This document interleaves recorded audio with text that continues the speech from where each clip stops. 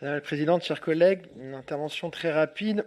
Aujourd'hui, donc, les conseillères et conseillers de Rennes Métropole sont invités à prononcer officiellement la fin d'Open Sky avec les pénalités financières qui découlent de cette décision.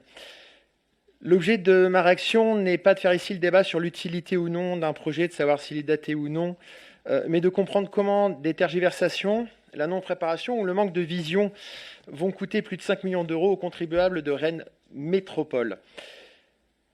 Les conséquences financières sont d'ailleurs beaucoup plus importantes que ce qui a été dit ces derniers jours. D'après les chiffres qui nous ont été communiqués, ce n'est pas seulement, je tiens à le rappeler, une pénalité suite à une transaction de 5 530 000 euros qui va être versée, mais c'est aussi 5 314 163 de remboursement à faire aux promoteurs, sans compter les 11 millions qui n'auront pas été versés. Entre les pénalités cumulées et le manque à gagner, c'est au total un trou de plus de 20 millions d'euros aux prévisions budgétaires de la métropole rennaise.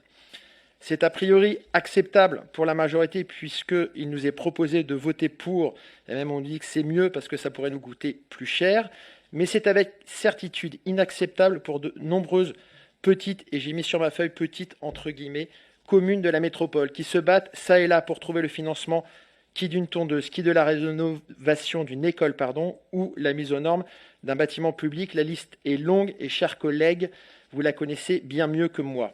J'imagine la frustration ce soir de mes collègues élus de ces communes. Et j'imagine aussi, mais je n'ai plus à l'imaginer parce que le maire de Passé vient de le dire, que cette décision fragilise et pénalise la ville de Passé dans sa prospective financière. Vous avez énoncé le chiffre de 250 000 euros annuels. On nous a refusé au mois de juin une organisation sportive au prétexte de finances ou de ne pas pouvoir avoir soutenu le dossier CFE en début d'année. Mais aujourd'hui, 6 mois plus tard, c'est 5 millions d'euros, je dirais, qu'on jette par la fenêtre.